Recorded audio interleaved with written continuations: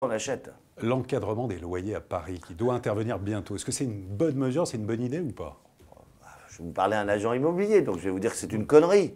Enfin, ça dépend quoi. Il y a bien sûr qu'il y a eu des abus, mais l'encadrement des loyers, c'est-à-dire que ça doit relancer, ça doit favoriser en fait les locataires, mais en fait on s'aperçoit que dans la vraie vie, dans le vrai marché, c'est l'inverse qui se passe. En fait, les propriétaires ne louent plus pas forcément, ne font plus forcément des travaux dans l'appartement de qualité.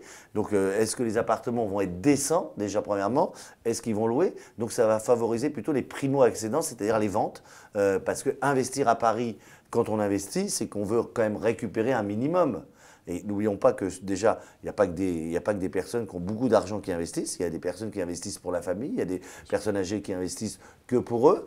Et si on ne retrouve pas l'argent, parce qu'on paye des impôts aussi sur ce qu'on gagne, évidemment, donc il faut aussi qu'on puisse louer un minimum. Donc ce n'est pas forcément une bonne solution, comme l'encadrement aussi de la commission d'agence. Alors là, je ne parle pas pour moi, mais ça veut dire qu'il y a des commerciaux qui ne travaillent plus parce que louer un appartement, ça devient compliqué. Il y a beaucoup de choses à faire, l'état des lieux, il y a beaucoup de visites. Donc on se dit, vaut mieux aller vers une vente. Donc les personnes, et encore à Paris, on s'en sort bien parce qu'il y a beaucoup de choses à louer. En province, moi je connais des commerciaux qui refusent maintenant de louer, et donc c'est l'effet inverse qui se produit.